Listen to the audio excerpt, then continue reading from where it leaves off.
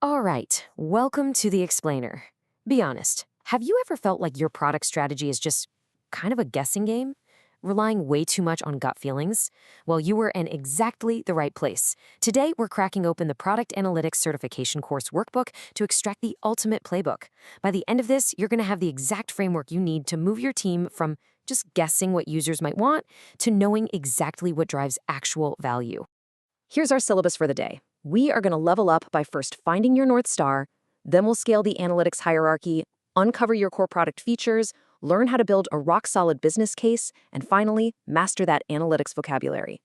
All right, part one, finding your North Star. Literally the guiding light for everything we're about to do. Look, before you get totally lost in the weeds of endless data points, you've got to establish a North Star metric. This isn't just any vanity metric.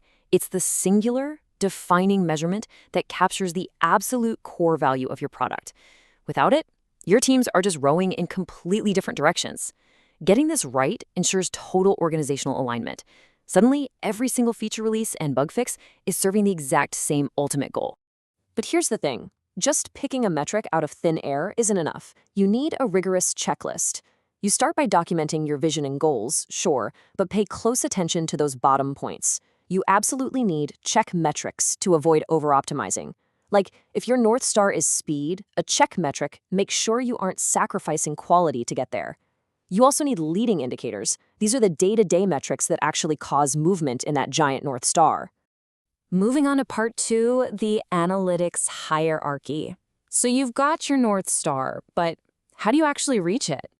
Enter this 5-step framework. This is basically a roadmap for your organization's data maturity. It walks you from the very bottom, just collecting raw information about your users, up through refining that data into standardized metrics. From there, you build those metrics into actionable reports, which lets you actually take action. And finally, at the very peak, you hit data actualization. That's the holy grail, where data just flows seamlessly into every single decision your company makes. Let's zoom in on the base of that pyramid for a second. Step one is all about collecting data, and specifically, we're talking about events. An event is simply an action a user takes in your software. A click, a swipe, a file download, filling out a text field, you name it. These make up the behavioral data you desperately need, because if you don't have a solid foundation of reliable events, the rest of the hierarchy, it just totally collapses. Okay, part three, uncovering core product features. We've got our foundation, so let's look at the micro level and find those aha moments. To figure out what really matters to your users, you need to plot your features on an adoption retention matrix. It compares how many users actually try a feature, adoption, against how many keep coming back to it, retention. Got high adoption and high retention? Boom, you found an aha moment, a true core feature. Low adoption but high retention? That is a massive growth opportunity. You just need to help more users discover it. But watch out for the false positive. It is so incredibly common for product teams to see massive adoption for a feature and immediately want to pop champagne. But wait, if that high adoption comes with low retention, you didn't find an aha moment. You probably just found something every user is literally forced to do, like a mandatory login screen or a setup wizard. High traffic, sure, but no lasting repeatable value. Which brings us to a crucial point, understanding product adoption itself, sometimes called activation. True adoption is not just a user logging in. No way. It's that magical activation moment when a user finally grasps your product's value and intentionally starts moving through your workflows. When you measure adoption correctly, you're measuring the start of a real, meaningful relationship between the user and your software. All right, part four, building a business case. Because finding that aha moment is amazing, but as a product leader, you still have to convince the rest of the business to fund your findings. A bulletproof business case connects the dots for your stakeholders. You can't just walk in and pitch a cool feature. You need to clearly outline the exact problem and state your proposed product outcome. But here is where most people completely drop the ball. You have to connect that product outcome to a targeted business outcome. The final piece is the rationale, the logical bridge proving exactly how doing X in the product will definitely drive Y for the business.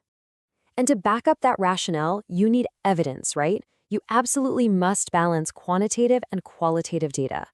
The quant gives you the hard product analytics, the undeniable cold hard facts of what users are actually doing. But the qualitative data, the customer interviews and surveys, that tells you why they're doing it. A winning business case always weaves these two elements together perfectly. Let's put this into practice. Say you're pushing for a budget to buy a new analytics tool. You've got to map that workflow directly to the company's wallet. First, identify the pain point. Maybe your support team is drowning in tickets. Next, determine the current cost of that problem in dollars. Then, compare it against industry benchmarks. And finally, calculate the quantified financial impact. When you can show executives that a software tool will literally eliminate 25% of support costs, the product basically sells itself.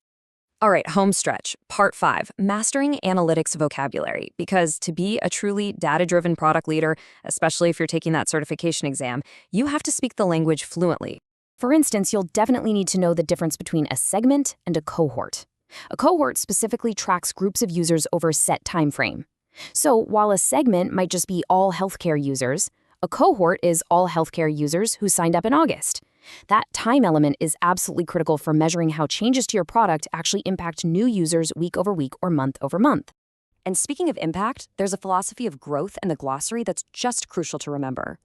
Growth is not just marketing's problem, it's the net effect of your user acquisition and your retention efforts working in total harmony. You achieve true growth by bringing new customer accounts to the front door while simultaneously increasing usage for the folks already inside. To make sure those users actually engage deeply and don't abandon ship, you must understand tools like funnel analysis. This technique gives you crystal clear visibility on exactly where users drop off in your workflows. By analyzing the funnel, you can spot the exact step where people get confused or frustrated, allowing you to go in and patch those leaks in your product's core journeys. And all of this, it leads right back to the ultimate goal at the top of our hierarchy: true data actualization. This is that organizational enlightenment phase. Your team isn't scrambling to run queries or fighting over whose dashboard is right. It's when data-informed product teams have accurate, clean, actionable data exactly where and when they need it, empowering them to make better decisions at every single stage of development.